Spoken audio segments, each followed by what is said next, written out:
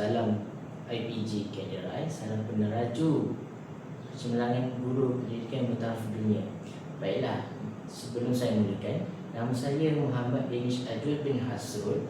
Pada hari ini, saya akan membentangkan tugasan berkaitan transformasi pendidikan dalam sistem pendidikan di Malaysia.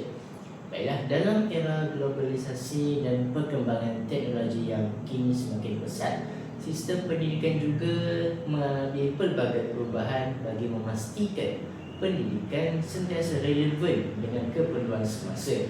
Dalam pembentangan kali ini, saya akan membincangkan 3 transformasi pendidikan utama yang berlaku dalam beberapa tahun kebelakangan ini. Baiklah, yang pertama saya akan membincangkan integrasi kecerdasan buatan atau Artificial Intelligence AI dalam pendidikan. Yang kedua, penggunaan gamifikasi dalam pembelajaran. Yang ketiga, penggunaan papan pintar atau kita panggil sebagai smartboard di sekolah. Jadi selain itu, saya juga akan memperjelaskan implikasi transformasi ini terhadap mobiliti sosial masyarakat serta mencadangkan beberapa penambahbaikan dan harapan saya sebagai seorang bakal guru. Baiklah, ini biodata saya. Nama diberi Muhammad Danish Ajul bin Hasrul, kelas Bahasa Melayu 3, subjek Sosiologi dan Pendidikan, dan pensyarah saya yang saya sangat hormati, Encik Muhammad Firdaus bin Razlan. Baiklah, kita pergi kepada pengenalan. Baiklah, sistem pendidikan sentiasa berubah mengikut perkembangan teknologi dan keperluan masyarakat. Dalam tempoh beberapa tahun ini, banyak inovasi diperkenalkan bagi meningkatkan kualiti pengajaran dan pembelajaran. Antara transformasi penting ialah penggunaan teknologi digital dan pendekatan PDP yang lebih interaktif. Jadi, sistem pendidikan kini memainkan peranan yang sangat penting dalam membangunkan modal insan yang berkualiti. Seiring dengan perkembangan teknologi dan perubahan keperluan masyarakat, sistem pendidikan juga mengalami transformasi supaya dapat melahirkan generasi yang berpengetahuan, berkemahiran serta mampu bersaing di peringkat global. Dalam tempoh beberapa tahun kebelakangan ini, pelbagai perubahan telah berlaku dalam sistem pendidikan di Malaysia, terutamanya dari segi penggunaan teknologi dalam pengajaran dan pembelajaran atau PDP. Kerajaan melalui Kementerian Pendidikan Malaysia juga telah melaksanakan pelbagai inisiatif seperti pendigitalan pendidikan, penggunaan platform pembelajaran digital atau D5, dan peningkatan kemudahan teknologi di sekolah. Jadi transformasi ini bukan sahaja memberi kesan kepada kaedah pengajaran guru, tetapi juga mempengaruhi cara murid belajar serta peluang pendidikan yang mereka peroleh. Baiklah, kita pergi kepada slide seterusnya. Baiklah, objektif slide pada hari ini ialah saya akan membincangkan trigger transformasi pendidikan di Malaysia, menjelaskan implikasi transformasi terhadap mobiliti sosial, mengemukakan cadangan penambahbaikan dalam sistem pendidikan, menghuraikan harapan sebagai seorang guru dalam era pendidikan digital. Baiklah, kita pergi kepada transformasi yang pertama, iaitu integrasi kecerdasan buatan atau AI dalam pendidikan. Baiklah, pengenalan AI. Apa itu AI?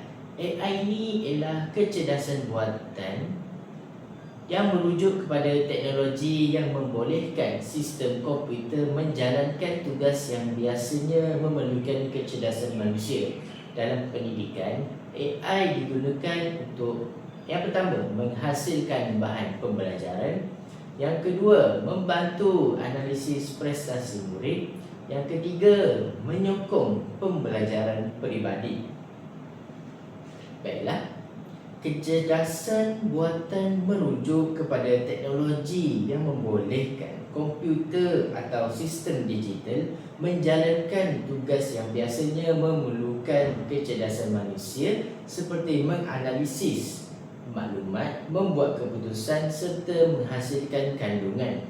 Baiklah, dalam bidang pendidikan, teknologi AI sering digunakan bagi membantu meningkatkan keberkesanan proses pengajaran dan pembelajaran. Jadi sebagai contoh, AI boleh digunakan untuk menghasilkan bahan pembelajaran, membantu guru menyediakan soalan latihan serta menganalisis prestasi pembelajaran murid. Baiklah, kita pergi kepada contoh penggunaan AI dalam pendidikan. Baiklah, antara pengguna AI dalam PDP ini ialah dapat penjana bahan pengajaran, chatbot pendidikan, analisis data pembelajaran. Baiklah, contoh aplikasi yang sering digunakan dalam pendidikan kini iaitu ChatGPT, yang kedua Copilot, yang ketiga platform pembelajaran pintar. Jadi, sebagai contoh, guru boleh menggunakan teknologi AI untuk menghasilkan bahan pengajaran seperti nota pembelajaran, soalan kuis serta latihan pengukuhan dengan lebih cepat dan sistematik. Selain itu, teknologi AI juga boleh digunakan untuk menganalisis prestasi murid berdasarkan data pembelajaran yang dikumpulkan melalui sistem digital. Baiklah, melalui analisis ini, guru dapat mengenal pasti kekuatan dan kelemahan murid serta merancang strategi pengajaran yang lebih sesuai dengan tahap penguasaan murid. AI juga menyokong konsep pembelajaran kendiri di mana murid boleh belajar mengikut kadar dan tahap kefahaman masing-masing. Ini sangatlah membantu setiap murid mendapat peluang pembelajaran yang lebih efektif. Baiklah, seterusnya saya akan pergi kepada bukti yang saya dapatkan melalui AI dalam pendidikan. Jadi mari sama-sama kita tengok.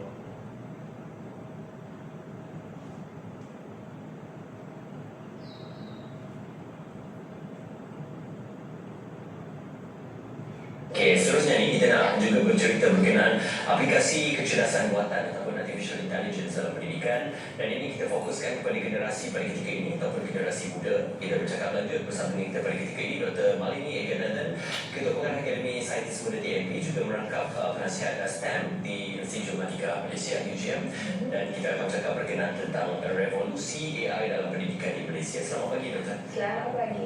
Terima kasih Dr. bersama dengan kami pada pagi ini. Terima kasih. Okey, baik Doktor. Mungkin kita boleh mulakan review secara umumnya berkaitan dengan revolusi AI dalam pendidikan di Malaysia. Bagaimana berdasarkan pemerhatian daripada Doktor sendiri? Okey, peranan AI dekat Malaysia ni dia agak besar sebenarnya, especially in education, dalam pendidikan. Okey, ramai guru kalau kita nampak mereka dah apply AI ni dalam pengajaran mereka. Even pelajar juga, mereka daripada sekolah rendah ke sekolah menengah. So benda ni dah termasuk dalam pembelajaran mereka. So peranan AI ni agak besar di Malaysia dia. Bila Dr. sebut tentang peranan yang besar, kerana sistem pendidikan kita masih lagi berteraskan sistem pendidikan.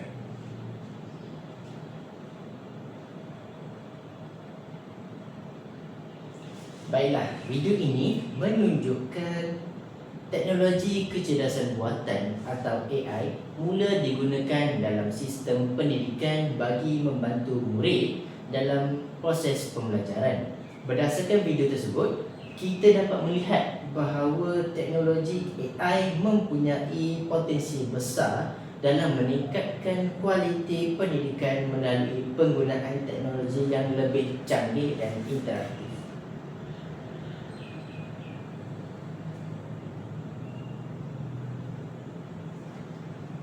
Baiklah, seterusnya kita pergi kepada implikasi atau kesan kepada mobility sosial.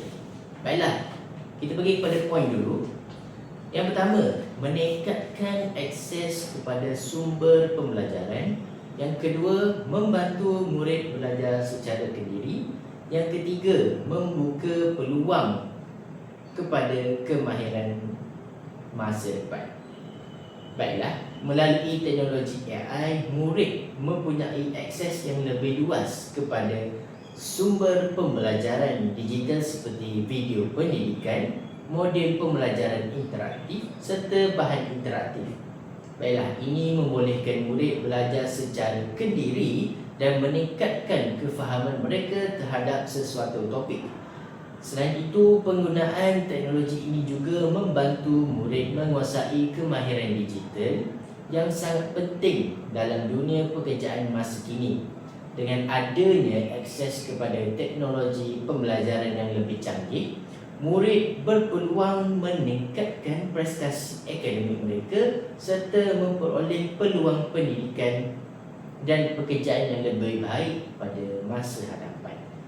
Baiklah, kita pergi kepada seterusnya, iaitu cadangan penambahbaikan. Baiklah, cadangan yang pertama, latihan AI kepada guru. Yang kedua, garis panduan penggunaan AI dalam pendidikan. Yang ketiga, peningkatan kemudahan teknologi di sekolah. Baiklah, kita pergi yang pertama dulu. Guru perlu diberikan latihan berkaitan penggunaan teknologi AI supaya mereka dapat menggunakan teknologi ini secara efektif dalam pengajaran. Baiklah, yang kedua, pihak kementerian perlu menyediakan garis panduan penggunaan AI dalam pendidikan bagi memastikan teknologi AI ini digunakan secara beretika dan tidak disalahgunakan. Baiklah, akhir sekali, kemudahan teknologi seperti internet dan peranti digital juga perlu dipertingkatkan terutama di sekolah luar bandar supaya murid dapat menikmati manfaat teknologi ini secara sama rata. Jadi boleh saya simpulkan, untuk pelajar yang berada di luar bandar, luar kawasan atau perkampungan, maka jika internet itu dapat capai kawasan mereka, jadi secara tidak langsung mereka juga ada peluang yang sama untuk belajar dengan murid yang berada di bandar untuk mengakses bahan pembelajaran dengan lebih interaktif. Baiklah, kita pergi seterusnya kepada transformasi kedua yang dipilih, iaitu penggunaan gamifikasi dalam pembelajaran. Baiklah, apa tu penggunaan gamifikasi ini? Baiklah, gamifikasi ini merujuk kepada penggunaan elemen permainan dalam proses pembelajaran. Melalui elemen permainan ini, sesi PDP akan jadi lebih interaktif atau menarik kerana elemen ini diselipkan dalam proses pembelajaran. Antara elemen yang terdapat dalam permainan ini adalah termasuk yang pertama, markah. Yang kedua, papan kedudukan. Yang ketiga ialah ganjaran. Baiklah, pendekatan ini menjadikan pembelajaran lebih menyeronokkan dan interaktif serta membantu meningkatkan minat murid dalam pembelajaran. Baiklah, kita pergi kepada contoh aplikasi gamifikasi. Baiklah, kita ada yang pertama ialah Kahoot. Yang kedua, Quizzes. Yang ketiga ialah Word Wall. Jadi aplikasi ini membolehkan guru menjalankan kuis interaktif secara langsung di dalam kelas. Murid boleh menjawab soalan menggunakan telefon atau komputer dan keputusan akan dipaparkan secara masa nyata. Baiklah, melalui pendekatan ini, murid menjadi lebih aktif dan bersemangat untuk belajar kerana wujud unsur persaingan yang sihat dalam pembelajaran. Baiklah, mari kita tengok contoh gamifikasi dalam pembelajaran. Baiklah, video yang dipilih ini ialah Quizzes. Mari sama-sama kita lihat. Pelajar tidak akan menjawab soalan.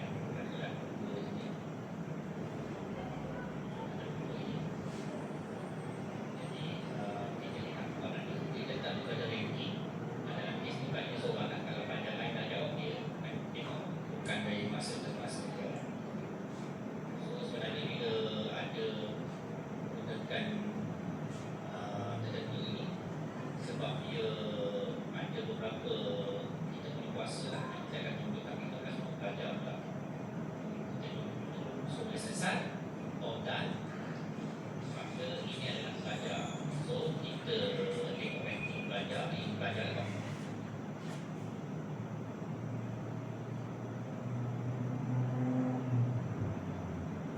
Baiklah, berdasarkan video tersebut, kita dapat lihat bagaimana guru menggunakan aplikasi kuis yang interaktif untuk menjadikan pembelajaran lebih menarik dan menyeronokkan. Macam saya cakap tadi, ada elemen markah, paparan, ada elemen markah, papan kedudukan dan ganjaran yang saya sebutkan tadi.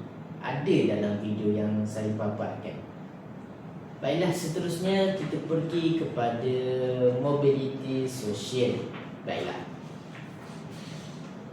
poin yang pertama iaitu meningkatkan minat belajar. Yang kedua, membantu murid memahami konsep dengan lebih mudah. Baiklah, yang ketiga, menjadikan pembelajaran lebih inklusif. Baiklah, gamifikasi ini juga memberi kesan yang positif kepada mobility sosial murid. Melalui pendekatan pembelajaran yang menyeronokkan, murid lebih berminat untuk belajar dan memahami konsep yang diajarkan oleh guru. Ini membantu meningkatkan prestasi akademik murid serta peluang pendidikan yang lebih baik pada masa hadapan. Selain itu, pendekatan gamifikasi juga membantu meningkatkan kemahiran komunikasi dan kerjasama dalam kalangan murid apabila mereka terlibat dalam aktiviti pembelajaran secara kumpulan. Baiklah, gamifikasi ini sangatlah memberi kesan yang positif kepada murid kerana gamifikasi ini ialah mengikut teknologi yang beredar zaman kini sesuai dengan murid yang hidup dengan teknologi. Baiklah, kita pergi kepada cadangan penambahbaikan. Yang pertama, latihan gamifikasi kepada guru. Yang kedua, integrasi gamifikasi dalam PDP abad ke-21. Yang ketiga, penyediaan internet yang stabil di sekolah. Baiklah,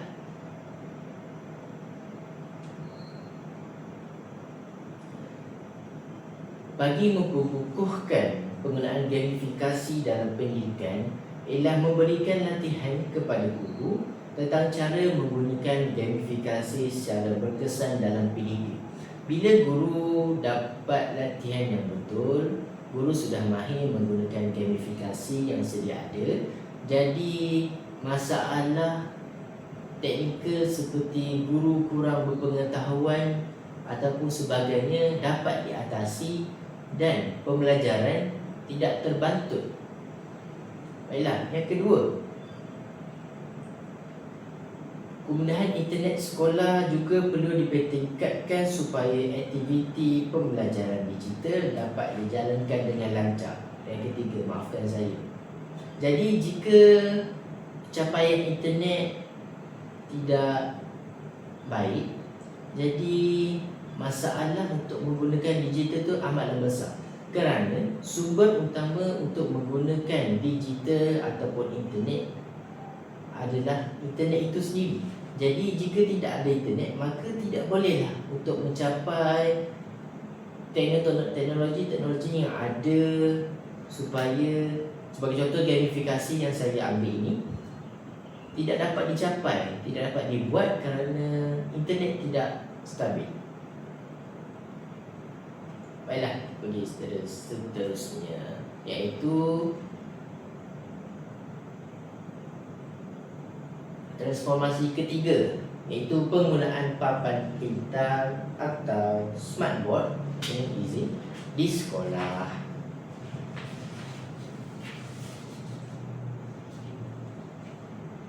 Baiklah, kita pergi kepada pengenalan smartboard. Smartboard ini ialah papan digital interaktif yang digunakan dalam bilik darjah. Terdapat beberapa fungsi smartboard ini, antaranya ialah yang pertama, memaparkan video. Yang kedua, menulis secara digital.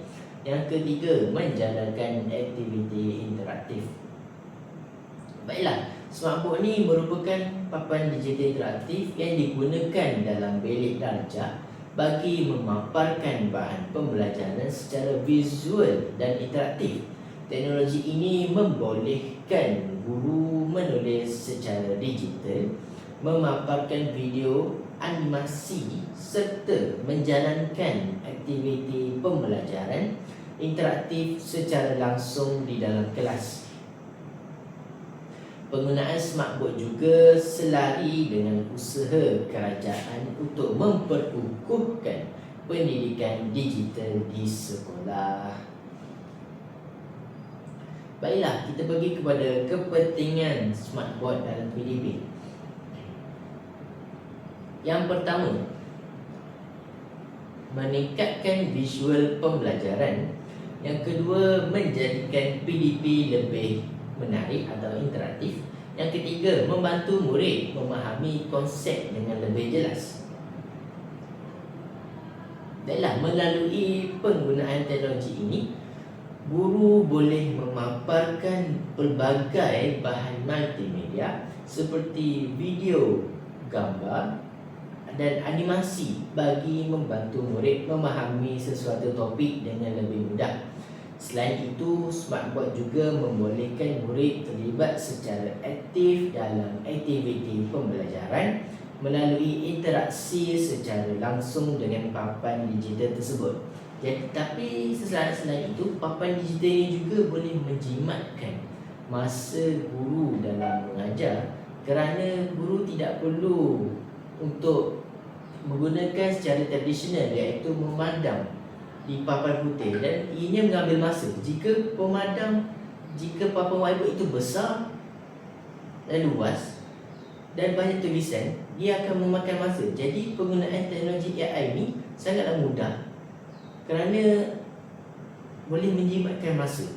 Jadi selain itu juga, seperti yang saya sebutkan, video, gambar, jika menggunakan secara tradisional, iaitu hanya di papan whiteboard saja, tidak boleh memaparkan video atau gambar animasi. Jadi murid itu tidak dapat gambaran, hanya gambaran melalui imajinasi atau pengalaman semata-mata.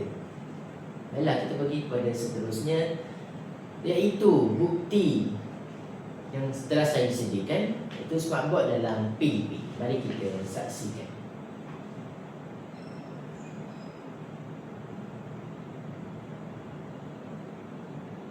Sebanyak 10 buah sekolah di Pulau Pinang bakal dibekalkan alat bantuan pengajaran papan interaktif smartboard. Bagi tujuan itu, Persatuan Kebajikan 88 Captains memberikan sumbangan sebanyak RM100,000 kepada Yayasan Amal TYTP Pulau Pinang. Ketua Menteri Chow Kon Yew berkata, persatuan itu juga kini giat jalin kerjasama dengan institusi pendidikan tinggi IPT yang bagi memastikan golongan muda di negeri ini berpeluang ceburi pendidikan teknikal dan vokasional TVET serta pendidikan digital secara menyeluruh.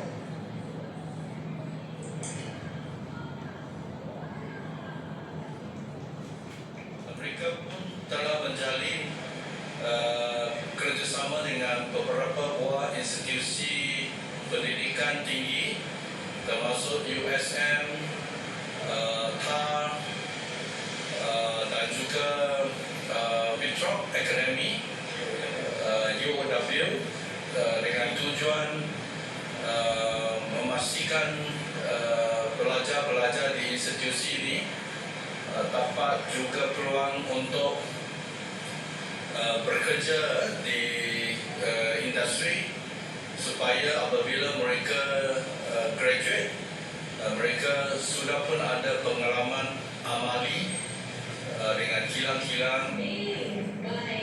Beliau ditemui pada majlis semakan malam Tahun Baru Cina 2025 88 Captains di Georgetown.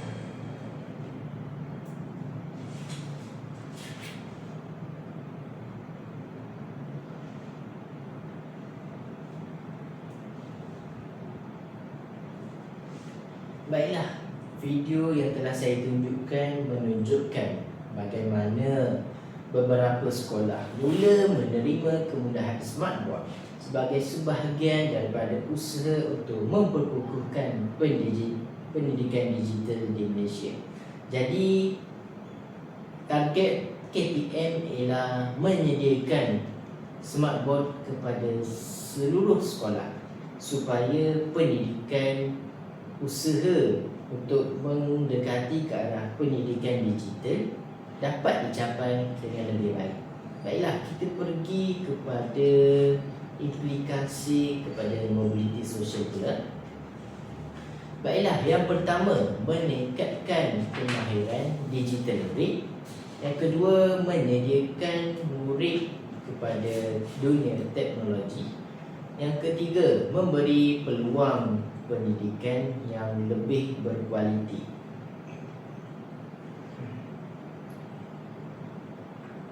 Baiklah, secara umumnya penggunaan smartboard ini memberi kesan yang positif kepada mobiliti sosial murid. Melalui penggunaan teknologi ini, murid dapat meningkatkan kemahiran digital yang penting dalam dunia pekerjaan masa kini. Kita jangan lihat murid, kita tengok orang dewasa yang ketinggalan teknologi. Maka dia secara umumnya, secara kasar, dia ketinggalan lah, kerana dia slow atau kurang dalam teknologi. Jadi ia membatasi pergerakan dan sebagainya dalam penggunaan teknologi. Baiklah, selain itu, pembelajaran yang lebih interaktif membantu meningkatkan kefahaman murid terhadap sesuatu topik. Ini secara tidak langsung membantu meningkatkan prestasi akademik murid serta membuka peluang pendidikan yang lebih baik pada masa hadapan. Jadi, jika murid itu mahir dengan teknologi dalam konteks pendidikan atau pembelajaran, dia boleh usaha untuk mencari bahan-bahan atau latihan dalam internet tanpa perlu menunggu guru memberikan lembaran kerja atau kerja rumah. Jadi daripada situ, murid dapat belajar dengan sendiri, dan jika dia tidak faham, dia boleh menggunakan teknologi untuk mencari jalan penyelesaian. Banyak aplikasi yang boleh digunakan seperti ChatGPT, YouTube dan sebagainya. Baiklah, seterusnya ialah cadangan penambahbaikan. Yang pertama, tambah kemudahan smartboard di sekolah luar bandar. Yang kedua, latihan penggunaan teknologi kepada guru. Yang ketiga, penyelenggaraan peralatan teknologi. Baiklah, tambah kemudahan smartboard di sekolah luar bandar ini ialah satu inisiatif yang sangat baik jika boleh dilakukan oleh pihak kerajaan. Kerana apa? Kerana semua murid mempunyai hak yang sama dalam belajar. Jadi keterbatasan teknologi ini bukanlah penghalang ataupun hak bagi mereka untuk tidak belajar.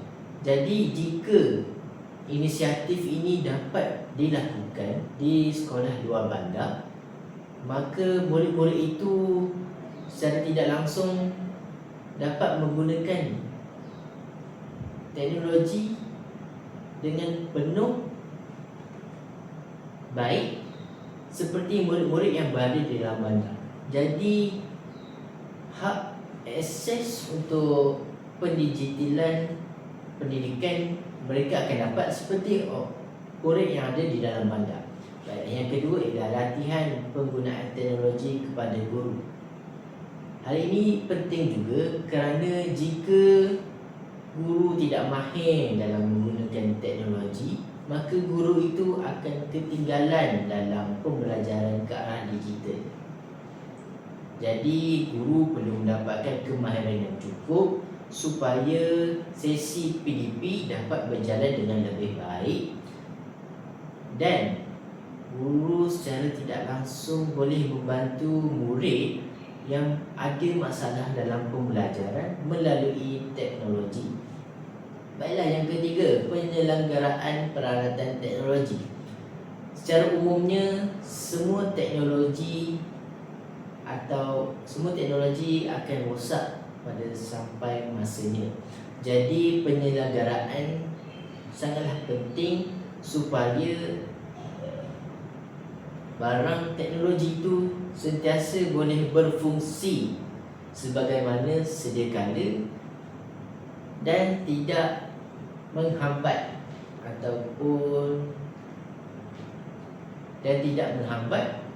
sesi pembelajaran. Baiklah.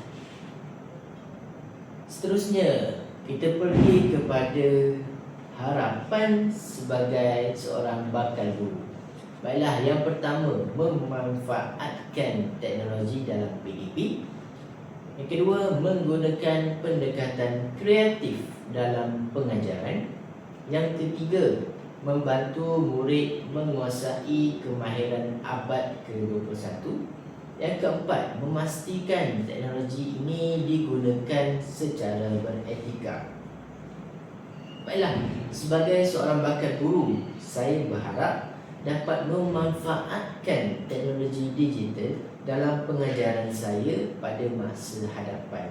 Jadi, sebagai seorang bakal guru, saya akan selitkan elemen pendigitalan dalam sesi pembelajaran dan pengajaran saya supaya murid lebih tertarik untuk belajar secara interaktif, dan saya ingin mewujudkan elemen bermain sambil belajar menggunakan teknologi. Jadi, saya ingin menggunakan pendekatan pengajaran yang kreatif dan inovatif bagi meningkatkan minat murid terhadap pembelajaran. Sebagai contoh, semasa saya di sesi PDP, saya akan memaparkan video yang berkaitan dengan pembelajaran. Jadi, murid akan lebih fokus kepada video tersebut kerana elemen animasi sangat menarik minat murid dalam pembelajaran. Hal ini juga dapat mengelakkan kebosanan mereka semasa belajar dan secara tidak langsung dapat meningkatkan minat murid dalam belajar. Jadi selain itu juga, saya juga berharap dapat membantu murid menguasai kemahiran abad ke-21 seperti pemikiran kritis, kreativiti, komunikasi dan kemahiran digital. Melalui pendigitalan ini, saya akan membuat aktiviti yang memfokuskan murid dapat menguasai kemahiran abad ke-21. Sebagai contoh, saya ambil satu, komunikasi. Saya akan buat aktiviti dalam kumpulan supaya mereka membincangkan sesuatu topik dan mereka akan membentangkan di hadapan kelas. Jadi, secara tidak langsung, elemen komunikasi atau berkomunikasi antara mereka ataupun antara kelas dapat dijalankan, dan secara tidak langsung juga dapat membina keyakinan diri dalam murid. Baiklah, jadi akhir sekali saya percaya bahawa penggunaan teknologi dalam pendidikan dapat membantu melahirkan generasi yang lebih berdaya saing pada masa hadapan. Baiklah, kesimpulan untuk pementasan saya. Sistem pendidikan Malaysia sedang mengalami transformasi yang ketara seiring dengan perkembangan teknologi. 3 transformasi utama yang telah dibincangkan ialah integrasi AI dalam pendidikan, penggunaan gamifikasi dalam pembelajaran serta penggunaan smart board di sekolah. Transformasi ini bukan sahaja meningkatkan keberkesanan proses pengajaran dan pembelajaran, malah turut membantu menyediakan murid dengan kemahiran yang diperlukan dalam dunia moden. Oleh itu, semua pihak termasuk guru dan sekolah dan kerajaan perlu bekerjasama bagi memastikan transformasi pendidikan ini dapat dilaksanakan dengan berkesan. Baiklah, sekian sahaja daripada saya. Terima kasih.